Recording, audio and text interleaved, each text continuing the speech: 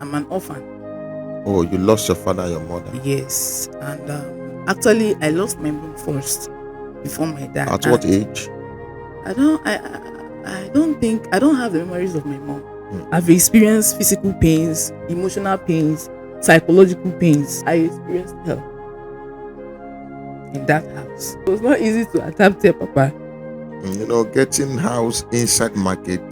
The place is actually a shop. Okay, it's a shop. Yes, and there was toilet, no Hmm. bedroom. No toilet, no bedroom. Telling you, we actually bathed in the night by 12 a.m. outside. I welcome you, Chiamaka. Thank you so Though I much, know your sir. name, but can I know your full name? Okay, my name is Chiamaka.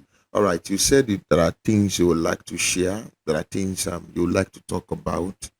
And I Yes. don't know why you chose to talk about it to the public. Why do you think you need to talk about it to the public? Okay.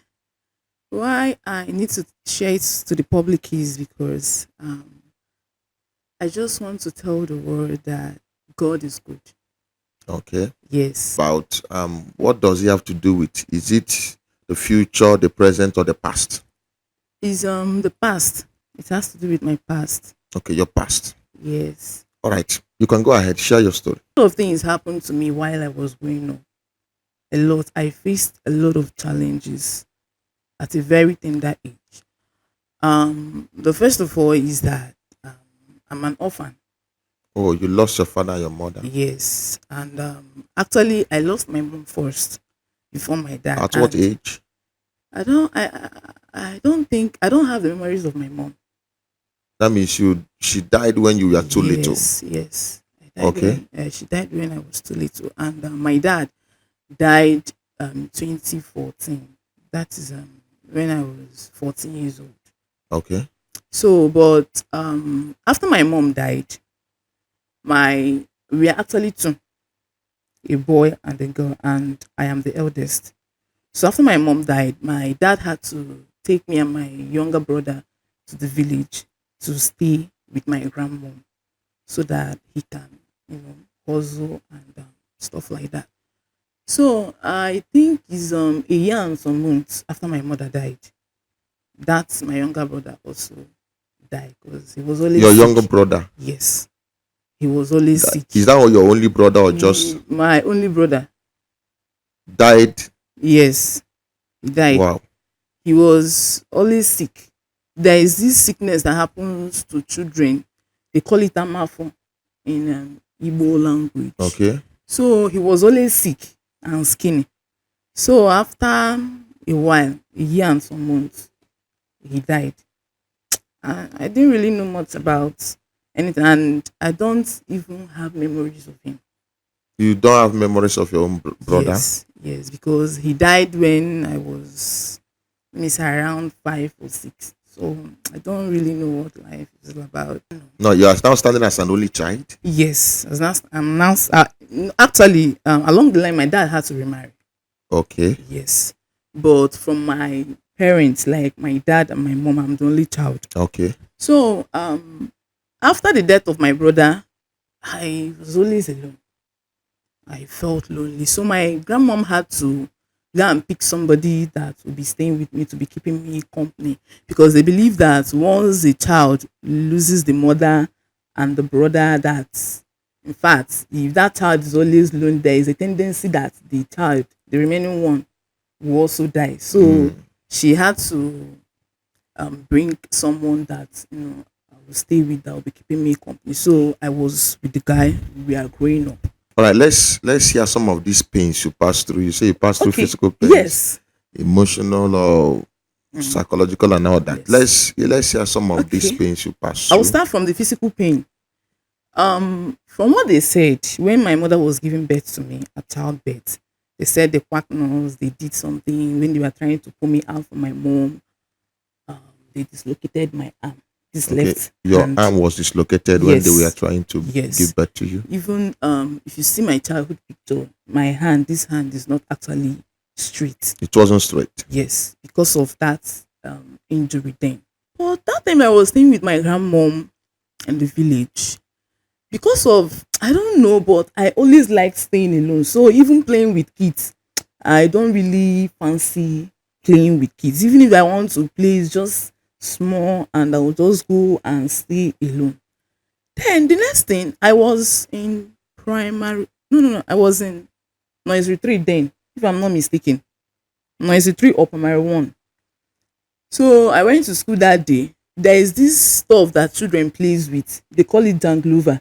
They will carry you on top of that and you will hold your hands and they will swing, they will be swinging you. Yeah. It's your strength that will determine how long you will stay there. So I have not actually tried that before. So as a child, I say, I just want to try it to know how it feels that, my fellow kids are doing this and it feels like I can't do it. That day that I tried to do that thing, I fell and I broke this arm. The same arm that wasn't good. I'm telling you, Daddy. I broke it and the school had to call my dad and they had to take me home and look for an orthopedic doctor that will start working on the arm. So the work I experienced pain. Hmm. It was very painful. The pain must be terrible. Something that affects the bone is Ah, always something that affects the bone. To fix it back needs is the pain is quite high. it's very painful. So they kept working on the arm to fix it. When I entered primary two, I and before then, there is this thing that I always experience. From time to time, I'll be bleeding from the nose. Bleeding from the nose. Yes. I might not play, I might not do anything. All of a sudden, I'll start bleeding from the nose. And my grandmom will have to go to a plantain sucker. There is this part of the plantain sucker that is always wet. She will cut some out from there, squeeze the water, and drop it on my nose. I'll have to stay like this for like minutes before the thing stopped. I don't know what was happening to my life. I don't know anything. In fact, everything that was just happening, I don't know. Anyone that comes up, they will take care of it, and I will still be there. So after that, I was still battling with that. But after that time that I injured my hand, I was in primary two.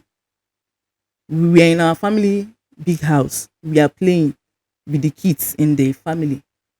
And the play, we are like, we want to conduct deliverance on ourselves. And we are praying and we are just using that thing as a joke and but we are kind of serious with it too. The one that is the eldest that is conducting the deliverance on us with that joke and everything. I don't know how she just did it.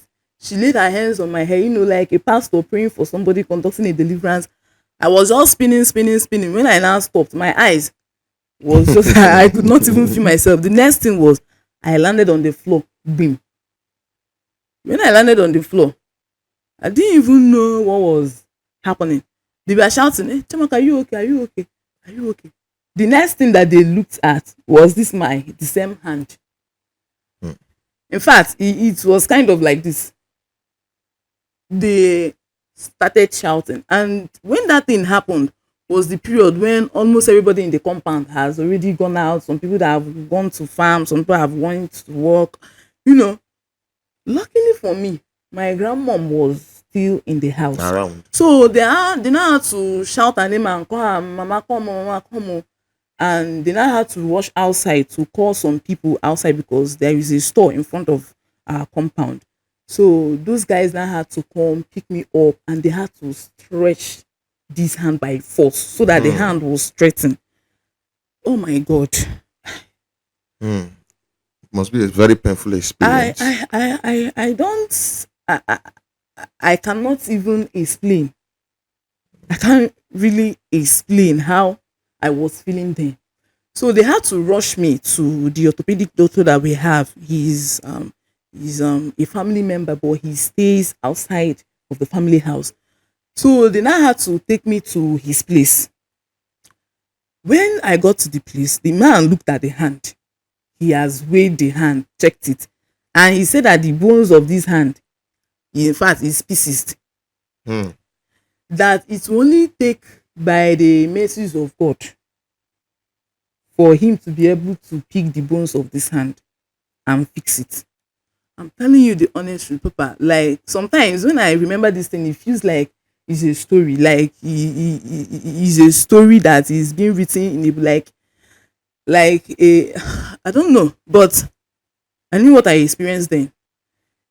My grandmom was crying. This the same hand that they have been pampering this hand. Why must it be on this the same hand again? So the man now had to, start his work. They brought planks. They had to bandage this hand. Papa, the pain, oh Jesus, the pains that The pain I is always excruciating. oh Jesus Christ. Like the bones, they were so pieces to the point that they had to put planks Mm. everywhere to be able to patch the bones. And if somebody will, if that this thing happened to somebody else and somebody else is sharing this, I would doubt it. I'm telling you the honest truth. I stayed in the house for months. I couldn't go to school. I couldn't do anything because every day pain and pain and pain. In the morning, we will go there. They will stretch the arm. In the evening, we will go there every day. It was pain. For how So long? I can't really remember, but it lasted for months Mm. before I started going to school again. But to the glory of God, that after everything, because the man even thought that they will cut off the hand. He said Mm. that if he tries his best and it Mm. doesn't work, that they will have to cut off the hand. God saw me through and gave me healing and everything. And the That hand is back to normal. the hand is back to normal, but if I'm walking on the road, if you actually look at me closely, you Mm. will notice that the hand is not actually straight. But the good news is that the hand is okay. The Are you still hand, feeling I'm pains? not feeling pain. I'm using the hand for whatever thing, Everything. everything. And since then, there's no more injury on the There is hand. no more injury. That's a good news. How has life been as an orphan? You say you lost Yes. your father when you were 14. So Yes. since then, how has life been? It has not really been easy. Stage, in fact, I'm facing. In fact, the my life was like from phase one to phase two of struggles, emotional breakdown. In fact, if it was from phase one to another.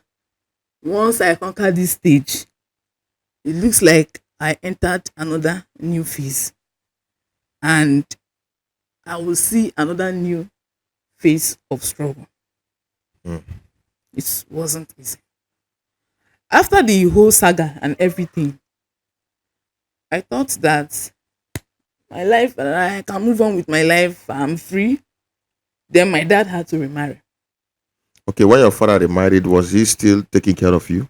Yes, my dad was always coming home. So why didn't he take you into his home when He he? couldn't because I think that he wanted to be more focused, to hustle for a better life for me. So, and I But don't was he think, taking care of you? yes, my dad loved me so much. So what caused his death? I would say that it's a careless death. Careless death. Explain. I don't Yes. understand careless. Why I said it's careless is that before my father died, God gave so many prophecies about it. Okay. So my stepmom then, because of the kind of person that she is, she never believed in all those things. The person that they were giving that prophecy to mostly is my auntie, my father's youngest sister, because she goes for prayers and all that. My dad too is a Christian, goes for prayers, but the person that they were really revealing the prophecies to was that my auntie. Mm. Sometimes she will go where she wants to go and make her hair, and somebody will just walk up to her and be like, pray, pray very hard. There is an iroko tree that wants to fall, and if that iroko tree falls in your family, a lot of things, a lot of things is going to happen. So my auntie will come back and share it with the family because she was actually staying with us then.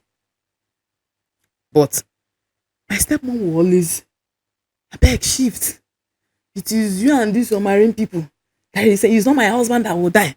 This and that, blah blah blah. Even though that I was little, I was, in fact, everything that was happening around me looks like it was a movie. And had it been that it is now that I'm grown and I know a little, my dad, by the mercies of God, he wouldn't have died. So does that mean that nothing was done about the prophecies? I don't think that they took that prophecy serious. That prophecy was not, they didn't take it serious. Though my auntie was going for prayers, but my stepmom, the way that she always talk about it, She attacks she it. attacks the, she doesn't believe in it and all that. But I believe that my sister tried, my auntie. Mm. But at the end But of it all, personally, to your father, what did he actually do about the prophecy? This has happened to a lot of people who receive prophecies in their family about death, and finally somebody dies.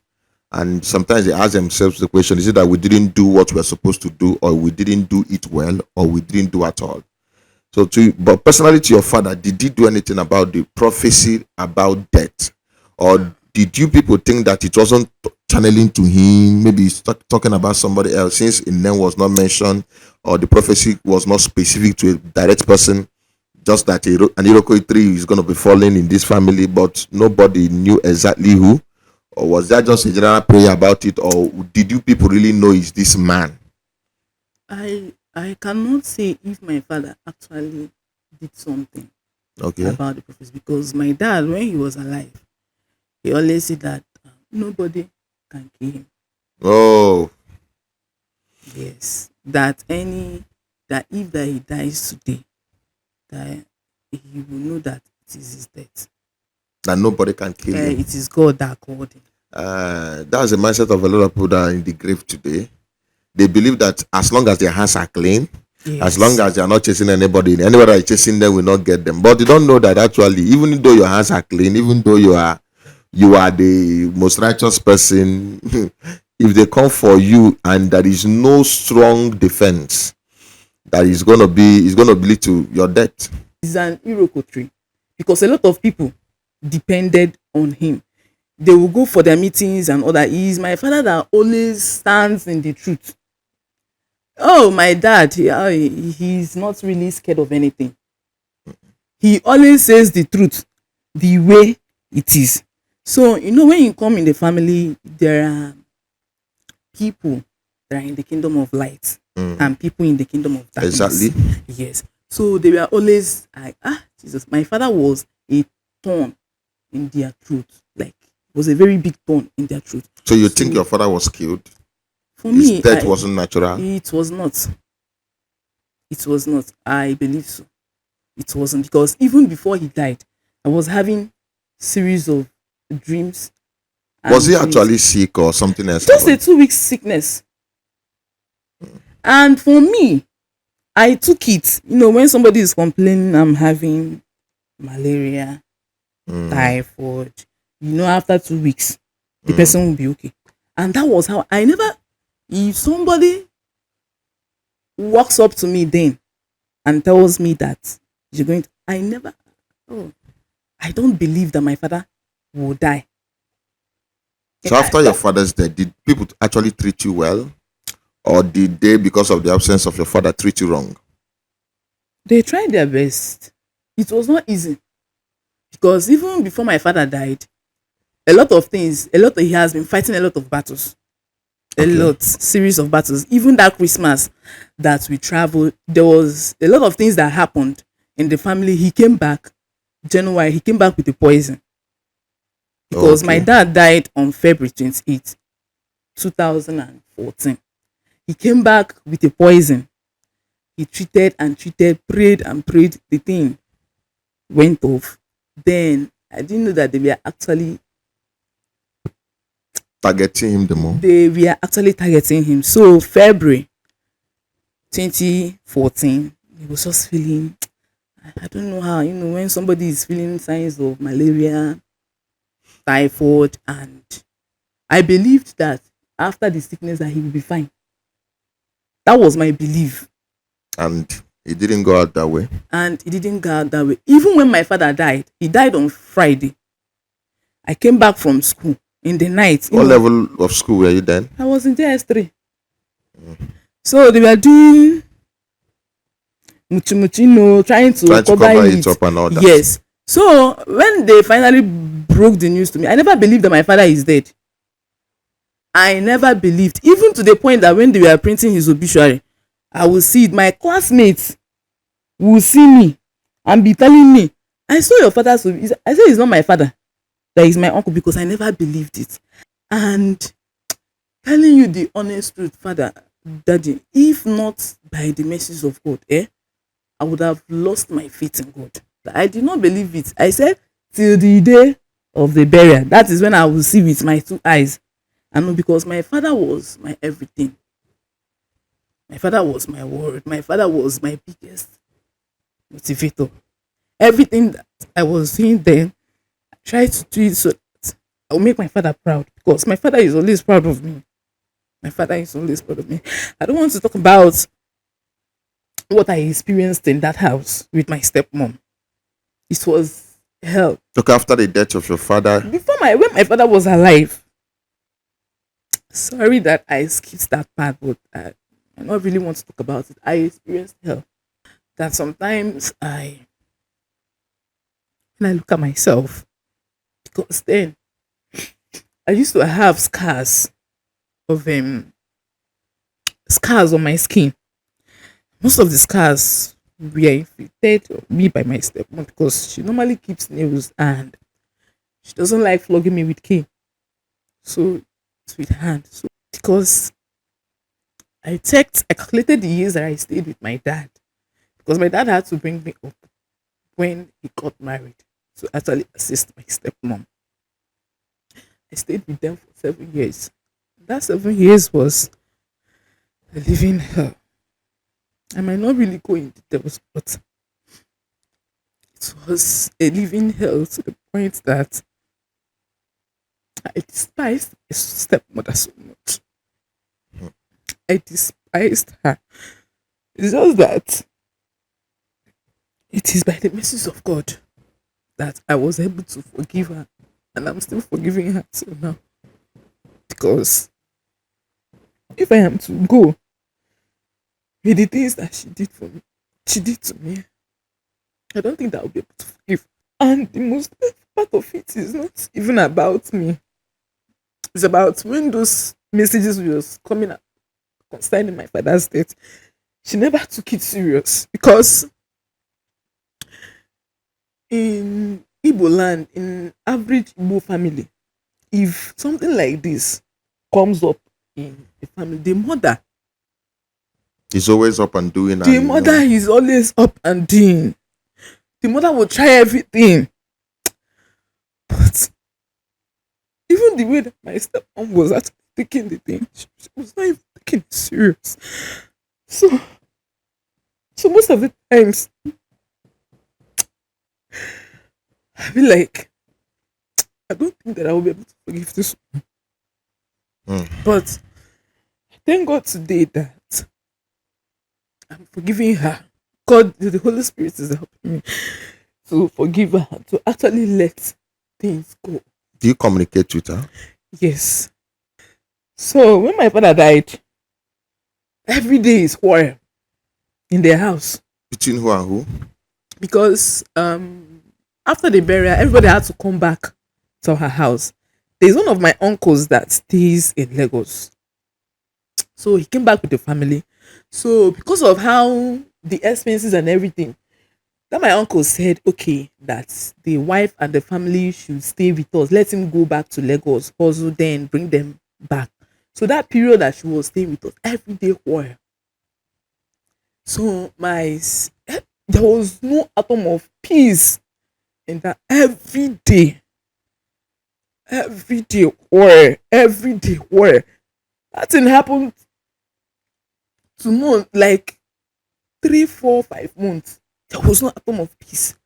Every time we try to put things in order, quarrel will just burst out from somewhere, every day quarrel, quarrel, quarrel. Then one day we're in the house, we finished eating lunch.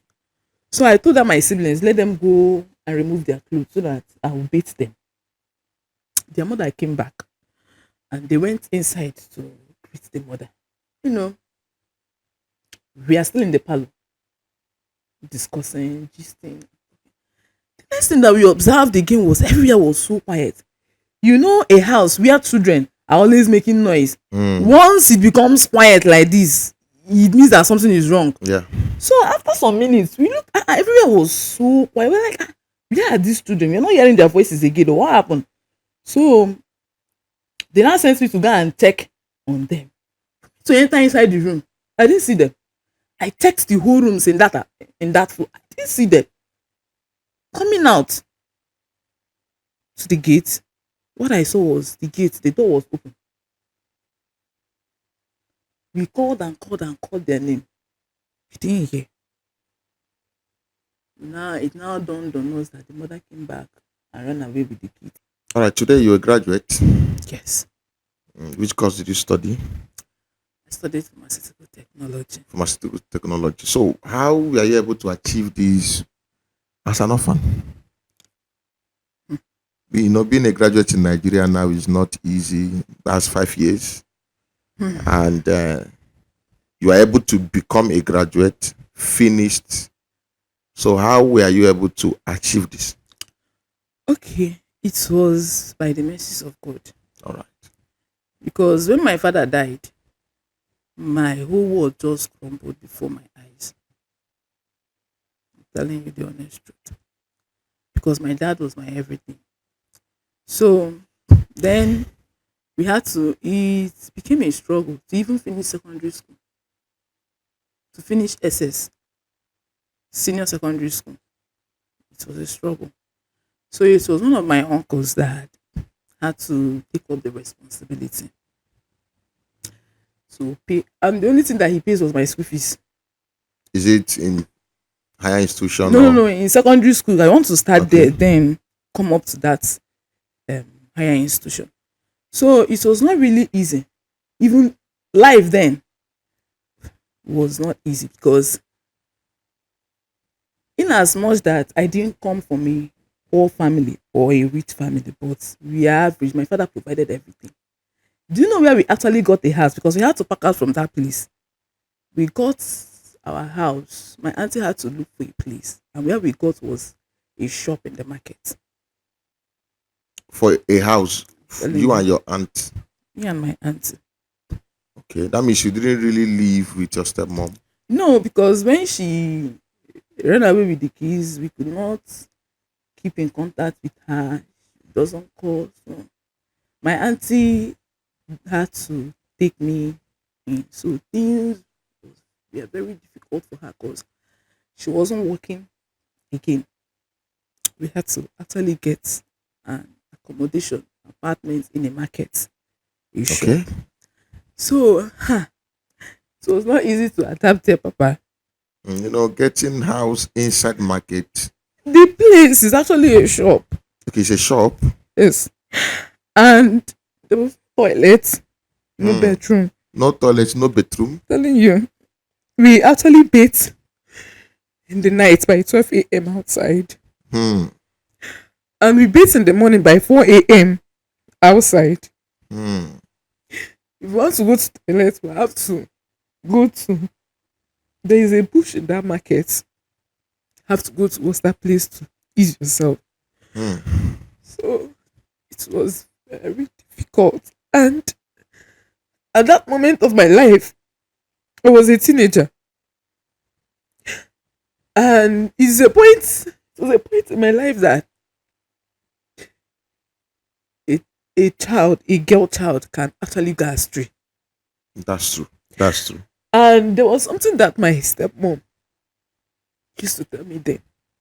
She always tell me that if not because of the way that I've been handling you, that by now you would have given birth. Okay, so you took WAEC that same year. Yes, I took WAEC that You same got year. admission. No. After my WAEC, I went back to Asaba. So I had to work from 217 to 219. And even when I went safe, I didn't believe that I would still go to school. Okay, you worked for how long? From I finished my secondary school from 2017. I worked 217, 218, 219.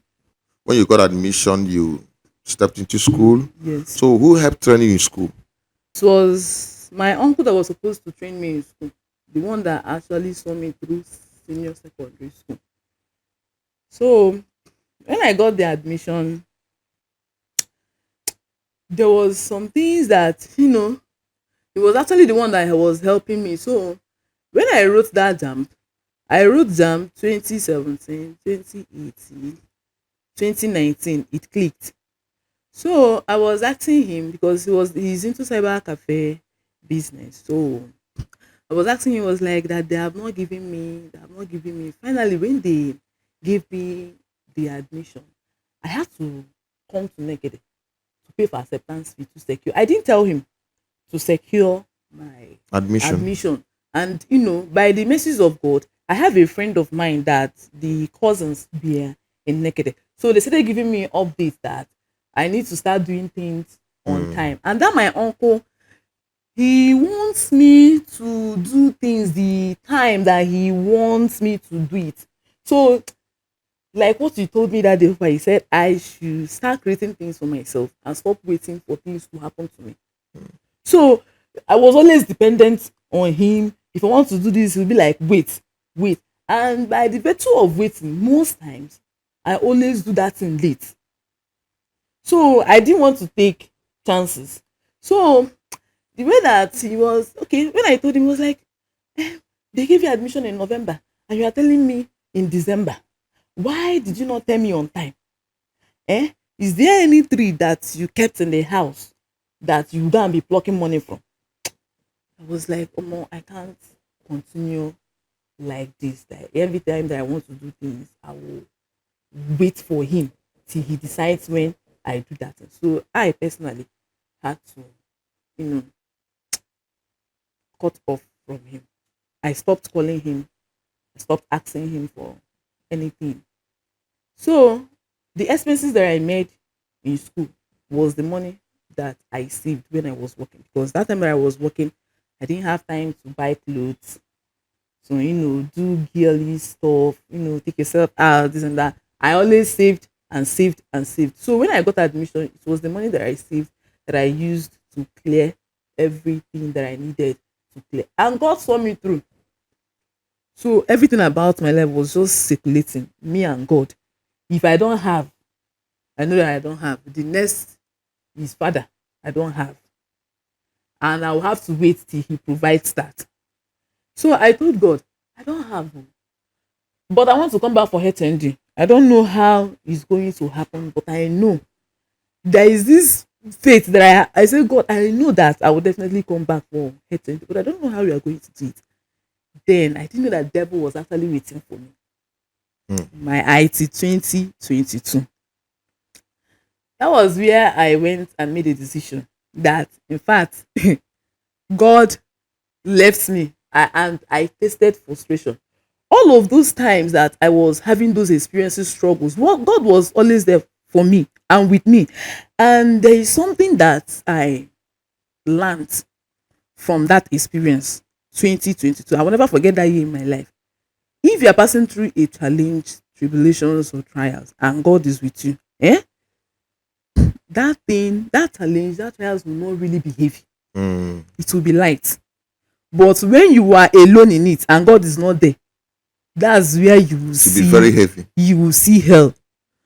So for the IT, because there was a program that I went, they were saying ladies get a skill, this and that. I was already calculating. Meanwhile, I've already told God that I'm trusting Him for my health ending, but I went on my own to actually sort it out for myself. And how did I do that? I started thinking, okay, they said ladies get a skill for yourself. I said, okay, God, I need to get a skill so that for HND, when I come back for HND, I will use it and sustain myself. And forgetting that I've already entrusted that into the hands of God. So God was like, okay. And do you know the funniest thing? The funniest. Part of it was that the way that the thing started happening, I said, God, I need money. I want to go. Okay, what is the skill? I want to go and learn sewing, tailoring, this and that, blah blah blah blah blah. I called one of my uncles. I said, sir, this is what I want to do, and this is the reason why I want to go and learn this thing for my HND. He was like, okay, it's good. So he sends me money to go and register for that. Everything was just happening so fast, so fast, so fast. And I did not even take time to consult God. Mm. I believe as the money came, I believe that God is in it, that Mm. God is, in support of it. And that was when it dawned on me that if this thing is not the will of God for you, you will suffer. You will even see shame and disgrace in that thing. So I went ahead. But before then, January, because these things started happening around April, Abi March, April. I had a revelation where that's my auntie that God raised for me, introduced me to that is into Surere. I had a revelation where she was angry and mad with me in a dream.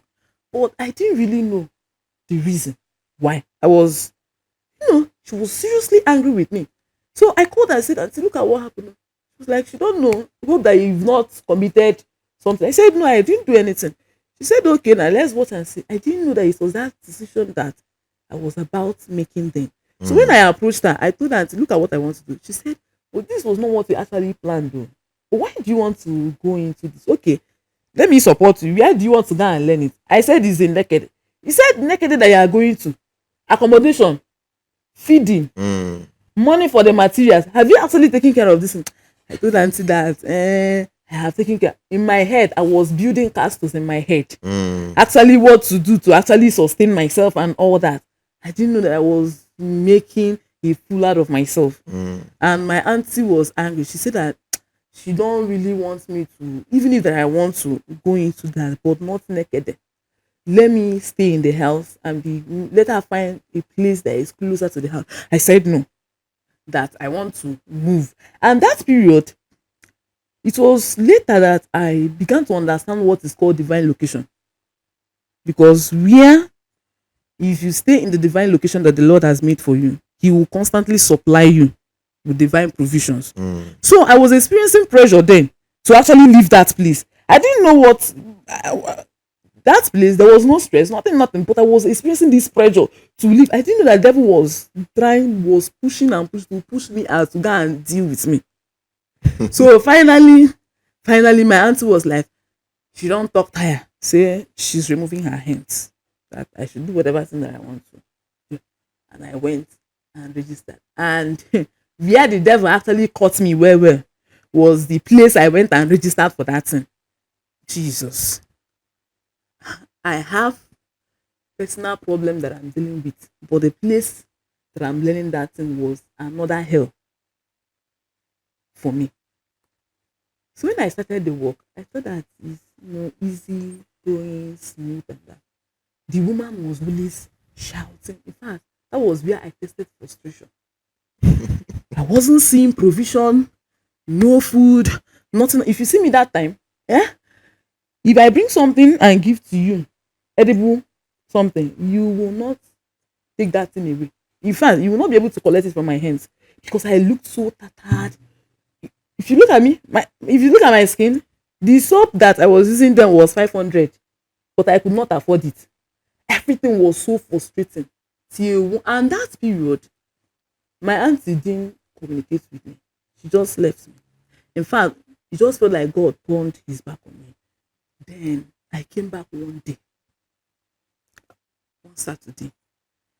I came back to the house. There was no sachet water to take, ordinary sachet water. And for days, I've not been able to eat well. How? I was broken. I said, Father, even when I came to this land, they said naked is a naked wire. And people were complaining of casting down. I was always testifying of lifting up because all through my MD, I never experienced any trouble. I didn't see any problem, no frustration, nothing. Even those period, those years that I saw things, it was not really. I did not even. experienced things to this extreme. I wept. I called on the name of the Lord that day. I said, Father, show me mercy. And there were people that God actually blessed me with in my church, Chapel of Grace then. Okay. Let me say a few things, just few things, and then we end it here. I want to say that I'm happy about your life, Thank you where so you much, are sir. now. Everybody have a story, and Yes. I'm happy to hear your own story. That how it has been from childhood, losing your mom, not able to know your mom, having your dad and still losing him at the age of 14, and then other things that came up, stepmom, this and that, and today you're a graduate, you're done with school, and I believe life is beautiful and life will be more Yes. beautiful. Sure. And concerning this, I want you to really forgive your stepmom. I know you're forgiving, but sometimes we are humanly struggling with some certain things. When we have some flashback of some occasions, we begin to Sure. struggle. So I want you to genuinely forgive your stepmom. Take it as a thing of the past. Just I asked you a question about communication. You say both of you communicate, but to make sure you have a stronger communication with her. Let life move on. All right. Then number two is that you shouldn't joke with those that sacrifice a lot for you. Giving something to someone that it doesn't belong to is a sacrifice. So for them to be given to you to see you through school, no matter what happens in the future, no matter what happens now, make sure you honor that particular relationship. Honor that relationship with your heart, honor it with your mind, honor it with everything within you. All right. Okay, And I sir. want you to know that the past cannot stop your future. The future is bright. In fact, this Yes. future has been bright since you stepped into a tertiary institution. Yes. And God will continue in that tempo, even in a better tempo. Life Sure. is going to be beautiful again. And I just want you to be strong. I know it's not always easy. Sometimes we have memories of things we wish you can change or things we wish you can do better. But I want you to know that Jesus is actually with you and God is faithful. I will say congratulations and I will Thank you so say much, sir. I'm happy to hear your story and God is going to be helping you the more. Keep believing in the God that has been with you for years. Keep Yes. being committed to Him. Keep being available for Him and keep honoring Him with your heart. In one way or the other, you will not regret it. God is always faithful to those who believe and trust in Him. All Sure. right. All right, Thank you so Chiamaka, we much, are sir. happy to have you today and we are happy that you came Thank you and so are much, happy sir. to hear your story. God bless you so Thank much. you so much, All right. Daddy.